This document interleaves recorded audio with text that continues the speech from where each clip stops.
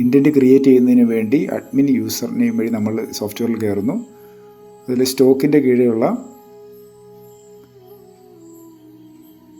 Annual indent എൻട്രിയിൽ click ചെയ്യുന്നു. അപ്പോൾ നമുക്ക് 2023-24 കാണാം. അതിൽ നമ്മൾ ക്ലിക്ക് ചെയ്ത് 2024-25 ആക്കി എടുക്കുന്നു. അപ്പോൾ നമുക്ക് ഇൻഡൻറ്റ് ഓപ്പൺ ബൈ KMCയിൽ നിന്ന് കാണാം. അതിൽ നമ്മൾ ക്ലിക്ക് ചെയ്യുന്നു. അപ്പോൾ നമുക്ക് ഇൻഡൻറ്റ് ഓപ്പൺ ആയി കിട്ടും. ഇതിൽ റിക്വയർമെൻറ്റ് ഫോർ 2024-25 കാണാം. അതിനകത്ത് ആവറേജ് IP, OP,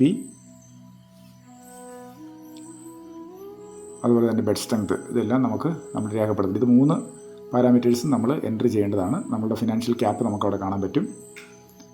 പിന്നീട് ഇതിൽ ഈ ലിസ്റ്റിൽ നമുക്ക് മരുന്നിൻ്റെ പേര് കാണാം, ഡ്രഗ് കോഡ് കാണാം, കഴിഞ്ഞ 3 വർഷത്തെ നമ്മുടെ ഉപയോഗം കാണാം. ഓപ്പണിംഗ് സ്റ്റോക്ക് എന്ന് പറയുന്നത് നമ്മുടെ ഇപ്പോഴത്തെ കറണ്ട് സ്റ്റോക്ക് നമുക്ക് കാണാൻ പറ്റും. ആൻറ്റിസിപ്പേറ്റഡ് പ്രൈസ് കാണാം. പിന്നെ ഇൻഡൻറ്റ് ഓട്ടോമാറ്റിക്കലി സിസ്റ്റം ജനറേറ്റ് ചെയ്ത് ഇത്ര 3 വർഷത്തെ ഉപയോഗം വെച്ച് ബാലൻസ് ഒക്കെ വെച്ചിട്ട് സിസ്റ്റം ജനറേറ്റ് ചെയ്ത് തന്നൊരു ക്വാണ്ടിറ്റി അവിടെ കാണാൻ പറ്റും. നമുക്കവിടെ ക്വാണ്ടിറ്റി ഇട്ടിട്ട് ആ ക്വാണ്ടിറ്റിയുടെ സ്ഥലത്താണ് നമ്മൾ മോഡിഫൈ ചെയ്യേണ്ടത്. ആ ക്വാണ്ടിറ്റി തന്നെ മതിയെങ്കിൽ നമ്മളൊന്നും ചെയ്യേണ്ട. റൈറ്റ് സൈഡിൽ നമ്മൾ ആക്ഷൻ ബട്ടണിൽ ക്ലിക്ക് ചെയ്താൽ മതി. ഇത് നമ്മൾ ക്വാണ്ടിറ്റി ഇട്ടിട്ട് ആക്ഷൻ ബട്ടണിൽ ക്ലിക്ക് ചെയ്യുമ്പോൾ തന്നെ നമുക്ക് വലത്ത് സൈഡിൽ ബാലൻസ് ഉള്ള ഫിനാൻഷ്യൽ ക്യാപ്പ് അവിടെ കാണാൻ പറ്റും. ടോട്ടൽ ഫിനാൻഷ്യൽ ക്യാപ്പിൽ നിന്ന് ഇപ്പോൾ ചെയ്തതിൻ്റെ ബാലൻസ് ആയിട്ടുള്ള തുക അവിടെ കാണാൻ പറ്റും. അപ്പോൾ ഓരോന്ന് നമ്മൾ അറ്റൻഡ് ചെയ്ത് പോരുമ്പോൾ അതിൻ്റെ റൈറ്റ് സൈഡിൽ ഫിനാൻഷ്യൽ ക്യാപ്പ് ബാലൻസ് കാണാൻ പറ്റും. നമുക്ക് ഏത് ഓർഡർ വേണമെങ്കിലും ചെയ്യാം. മൂല്യം താഴോട്ട് ചെയ്യണമെന്ന് യാതൊരു നിർബന്ധവുമില്ല. അതുപോലെ ഇത് ഫോർവേഡ് ചെയ്യുന്നതിന് മുമ്പായിട്ട് എപ്പോൾ വേണമെങ്കിലും നമുക്ക് ആ പെൻസിൽ മാർക്കിൽ ക്ലിക്ക് ചെയ്തിട്ട് ഇതിൻ്റെ ക്വാണ്ടിറ്റി നമുക്ക് തിരുത്താം. ഏറ്റവും ഇമ്പോർട്ടൻ്റ് ഉള്ള കാര്യം, നമ്മളെ ഫിനാൻഷ്യൽ ക്യാപ്പിൽ 1 പൈസ പോലും കൂടുതലായിട്ട് നമ്മൾക്ക് ചെയ്യാൻ പറ്റത്തില്ല. ചെയ്ത് കഴിഞ്ഞാൽ ഇത് ഫോർവേഡ് ചെയ്യാൻ ആവില്ല. അപ്പോൾ എല്ലാം നമ്മൾ അറ്റൻഡ് ചെയ്തിരിക്കണം. നമുക്ക് 0 ക്വാണ്ടിറ്റി ആണെങ്കിലും നമ്മൾ ആ ആക്ഷൻ ബട്ടണിൽ ക്ലിക്ക് ചെയ്ത് എല്ലാം പെൻസിൽ മാർക്കാക്കി മാറ്റണം. എല്ലാം പെൻസിൽ മാർക്കായെങ്കിൽ മാത്രമേ നമുക്കിത് ഫോർവേഡ് ചെയ്യാൻ പറ്റുള്ളൂ. ഇവിടെ കുറേ സമ്മറി ഉണ്ട്. നമ്മൾ എത്ര ഇൻഡൻറ്റ് ചെയ്തെന്ന് കാണാം. ബാലൻസ് 0 ക്വാണ്ടിറ്റി എത്ര ഇട്ടിരിക്കണമെന്ന് നമുക്ക് കാണാം. എത്ര രൂപ നമ്മൾ ഉപയോഗിച്ചെന്ന് കാണാൻ പറ്റും. ഇതിനുശേഷം നമ്മൾ ഇനി ഇവിടെ ഒരു ഇതുണ്ട്. അതിൽ ടിക്ക് ചെയ്ത് I hereby declare that submitted indent is correct as per the requirement. ഇത് നമ്മൾ ഫോർവേഡ് ചെയ്യുക.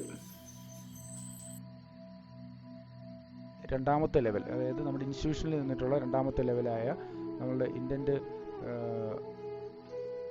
അപ്രൂവലിന് വേണ്ടി ഫോർവേഡ് ചെയ്യാൻ പോവുകയാണ്. അതിനുവേണ്ടി നമ്മൾ ചെയ്യുന്നത് നമ്മൾ ഹെഡ് ഓഫ് ദി ഇൻസ്റ്റിറ്റ്യൂഷൻ വഴി ഹെഡ് ഓഫ് ദി ഇൻസ്റ്റിറ്റ്യൂഷൻ്റെ യൂസർ നെയിമിൽ നമ്മൾ ലോഗിൻ ചെയ്യുകയാണ്. നമ്മൾ സ്റ്റോക്കിൻ്റെ കീഴിലുള്ള ആനുവൽ ഇൻഡൻറ്റ് എൻട്രിയിൽ ക്ലിക്ക് ചെയ്യുന്നു.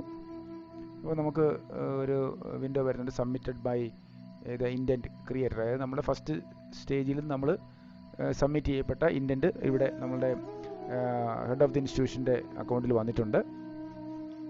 നമ്മളതിൽ ക്ലിക്ക് ചെയ്യുന്നു. അതിൽ ക്ലിക്ക് ചെയ്യുമ്പോൾ നമുക്ക് ആവറേജ് IP, OP ഇതെല്ലാം കാണാം. മരുന്നിൻ്റെ ഓരോന്നും കാണാം. നമുക്ക് ഇതിൽ എന്തെങ്കിലും ചേഞ്ചുകൾ വരുത്തണമെന്നുണ്ടെങ്കിൽ ഹെഡ് ഓഫ് ദി ഇൻസ്റ്റിറ്റ്യൂഷന് ഇതിൽ ചേഞ്ചുകൾ വരുത്താം. ഇത് 0 ആക്കണേ 0 ആക്കാം, 0 മാറ്റി വേണേൽ ക്വാണ്ടിറ്റി ആക്കാം. എന്ത് ചെയ്താലും നമ്മുടെ ഫിനാൻഷ്യൽ ക്യാപ്പിനുള്ളിൽ നിന്നുള്ള പരിപാടികൾ മാത്രമേ നമുക്ക് ചെയ്യാൻ പറ്റത്തുള്ളൂ.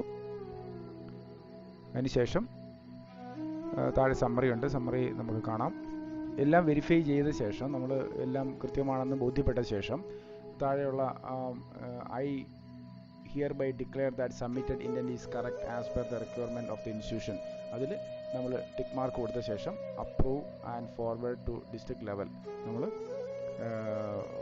ക്ലിക്ക് ചെയ്ത് നമുക്ക് ഫോർവേഡ് ചെയ്ത് നമുക്ക് DMOയ്ക്ക് വെരിഫിക്കേഷന് വേണ്ടിയിട്ട് ഇൻഡൻറ്റ് സബ്മിറ്റ് ചെയ്യാവുന്നതാണ്.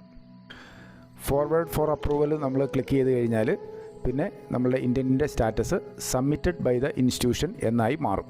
അതോടെ നമ്മളുടെ ഇൻഡൻറ്റിങ് പ്രോസസ്സ്, നമ്മളുടെ ഇൻസ്റ്റിറ്റ്യൂഷൻ ലെവലുള്ള ഇൻഡൻറ്റിങ് പ്രോസസ്സ് മുഴുവൻ അവസാനിക്കും.